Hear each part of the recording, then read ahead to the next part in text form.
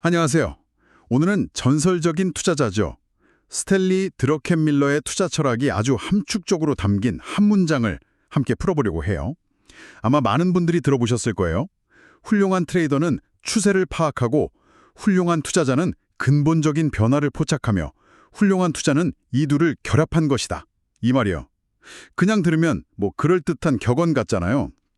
그런데 자세히 들여다보니까 사실은 그의 전체 투자 세계를 관통하는 하나의 정교한 성공 방정식 같더라고요.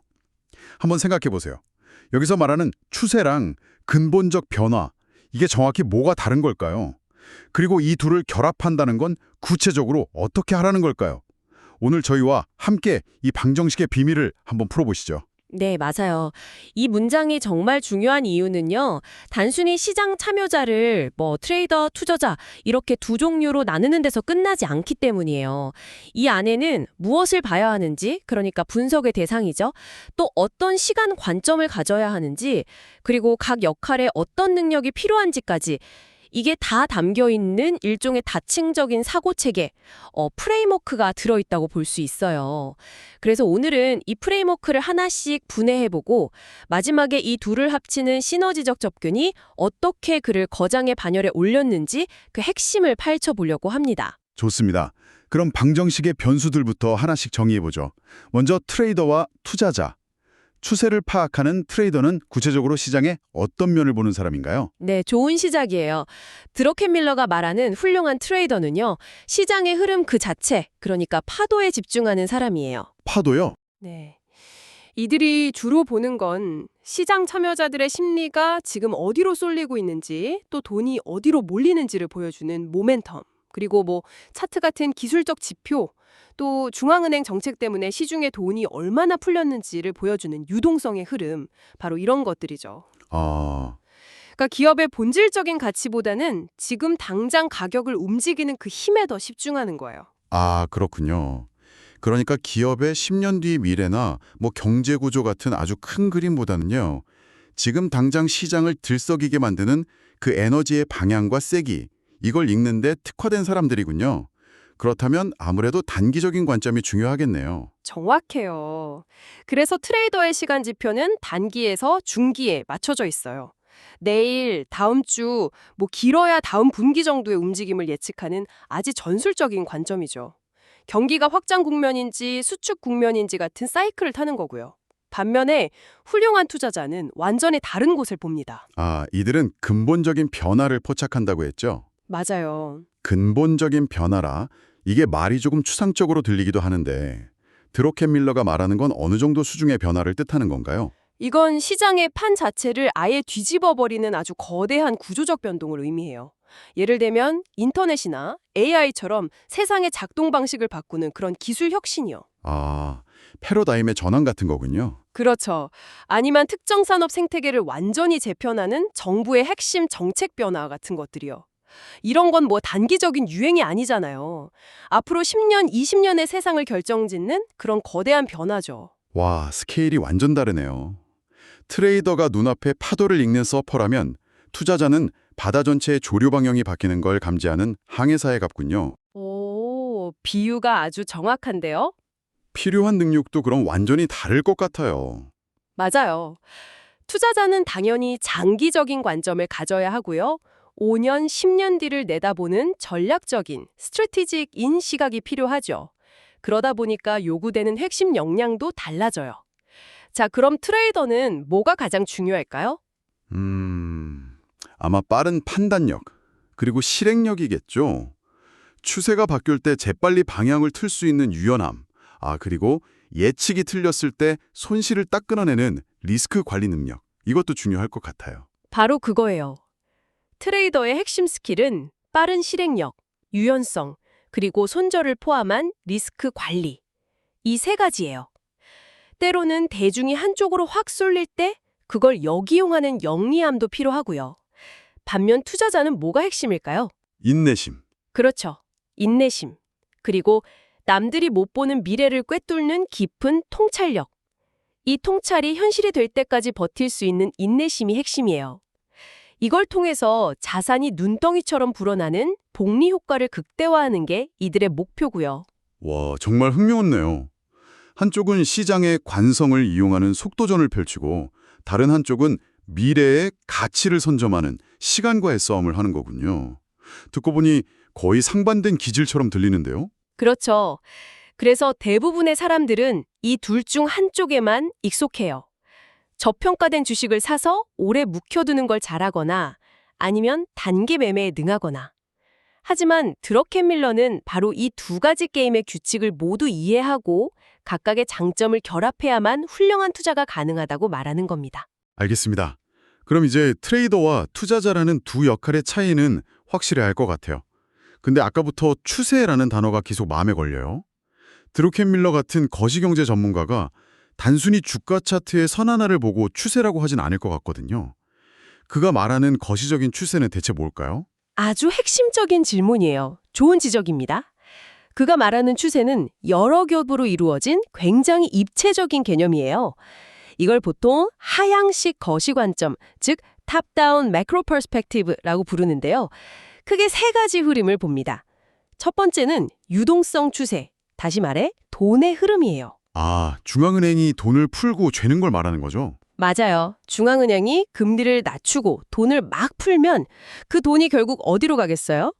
주식이나 부동산 같은 자산 시장으로 흘러들어가서 가격을 밀어올리는 거대한 파도를 만들잖아요. 네, 그렇죠. 바로 이 돈의 물결이 어디로 향하는지를 읽는 게 추세 분석의 첫걸음입니다. 아하, 강수위가 높아지면 모든 배가 떠오르는 것처럼 시장에 돈이 많아지면 자산 가격도 따라 오른다 이런 거군요. 그럼 두 번째는요? 두 번째는 경기 순환 추세예요. 말 그대로 경제의 건강 상태를 보는 거죠. 경제는 계속 확장과 수축을 반복하잖아요. 예를 들어 기업들의 재고가 쌓였다가 줄어드는 재고 사이클이나 공장 설비에 대한 투자가 늘었다 줄어드는 설비 투자 사이클 같은 것들이요. 이런 사이클에 따라서 경제 전체의 활력이 달라지거든요.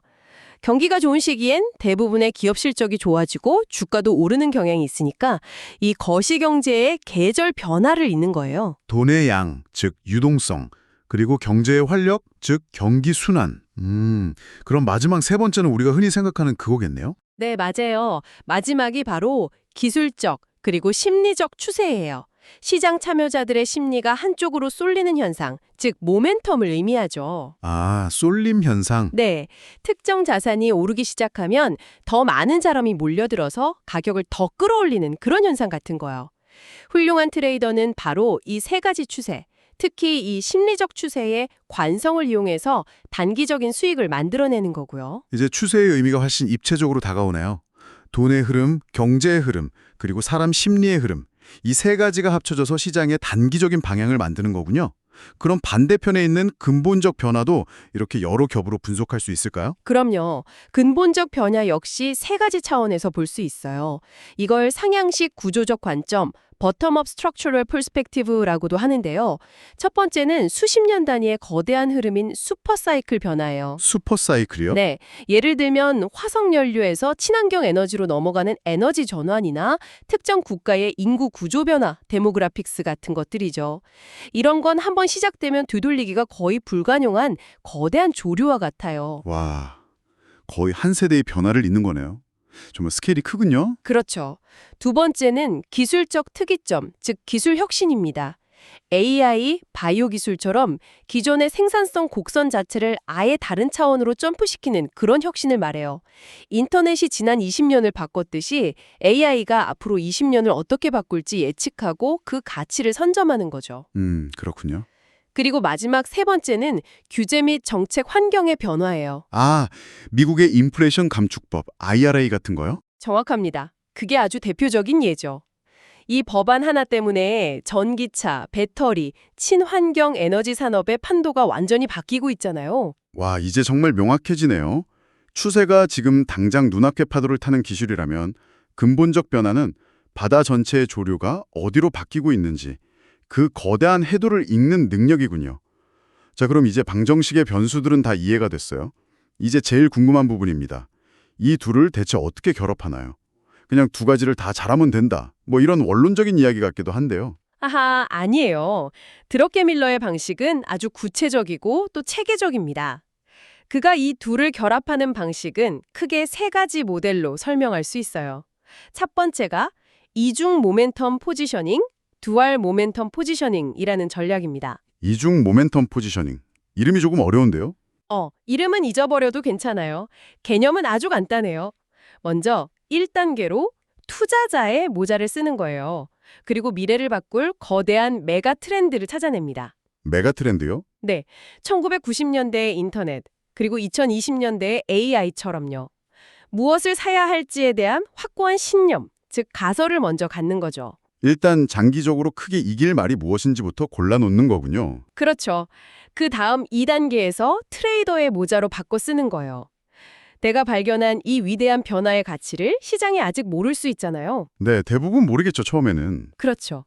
그러다 어느 순간 시장이 그 가치를 알아보고 돈이 몰리면서 가격이 움직이기 시작하는 변곡점이 와요.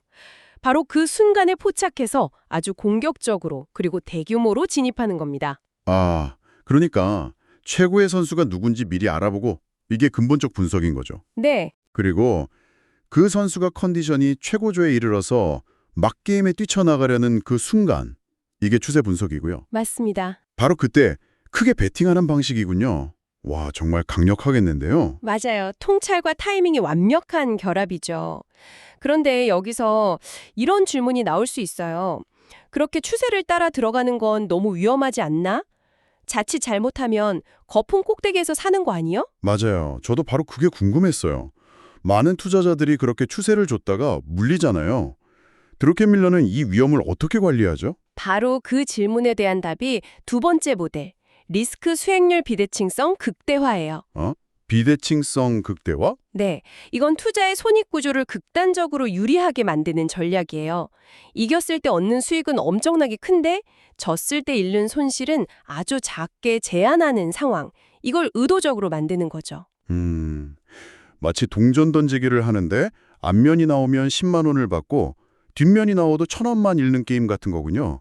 그런 게임이 실제로 가능한가요? 가능해요. 여기서도 두 관점이 결합됩니다.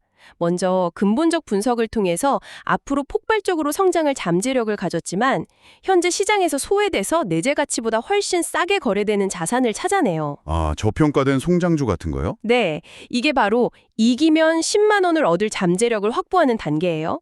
그리고 추세 분석을 통해 진입 시점을 잡는데 시장이 아직 이 자산의 가치를 전혀 모르거나 아니면 단기적인 악재 때문에 가격이 오히려 더 눌려 있을 때 진입하는 거죠. 이런 상황에 들어가면 주가가 더 떨어져 봐야 손실은 제한적인데 나중에 가치를 인정받으면 엄청난 수익을 낼 수 있는 비대칭적인 구조가 만들어지는 거예요. 와, 정말 영리하네요. 안전마진을 최대한 확보한 상태에서 홈런을 노리는 전략이군요. 굉장한데요. 그럼 이제 마지막 모델이 남았네요. 네, 마지막은 상호 유기적 피드백 루프예요.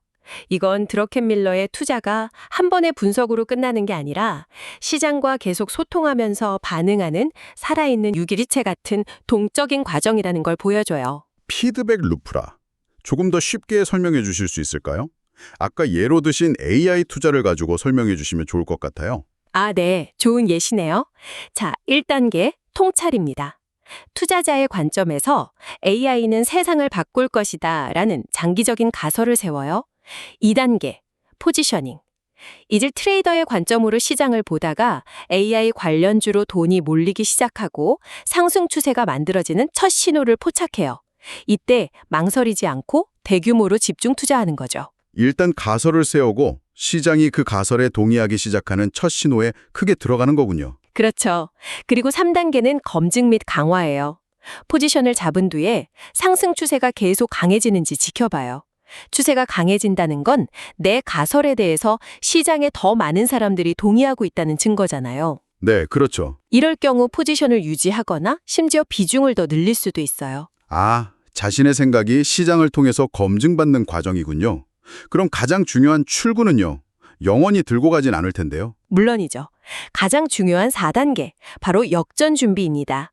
시장 추세가 너무 과열돼서 거품 영역에 들어갔다고 판단되거나 혹은 애초에 세웠던 AI가 세상을 바꿀 것이다 라는 근본 가설 자체가 훼손되는 사건이 발생하면요. 예를 들면 어떤 게 있을까요? 아주 강력한 규제가 생긴다거나 아니면 AI를 대체할 만한 더 뛰어난 기술을 등장한다거나 하는 것들이죠. 이런 신호가 보이면 신속하게 이익을 실현하고 빠져나오는 거예요.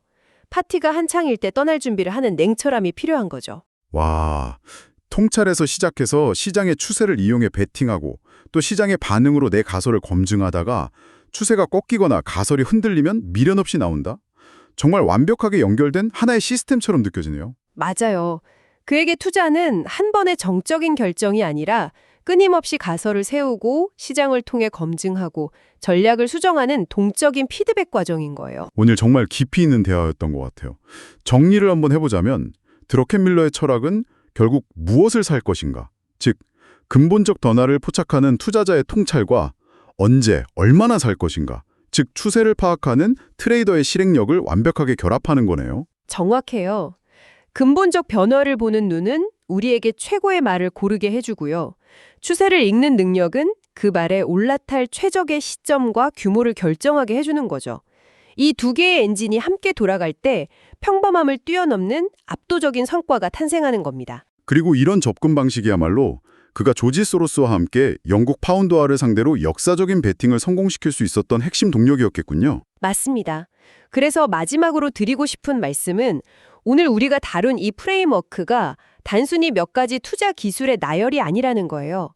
이건 시장을 바라보는 하나의 정신적 프레임워크, 즉 세상을 해석하는 관점의 정수라고 할 수 있습니다.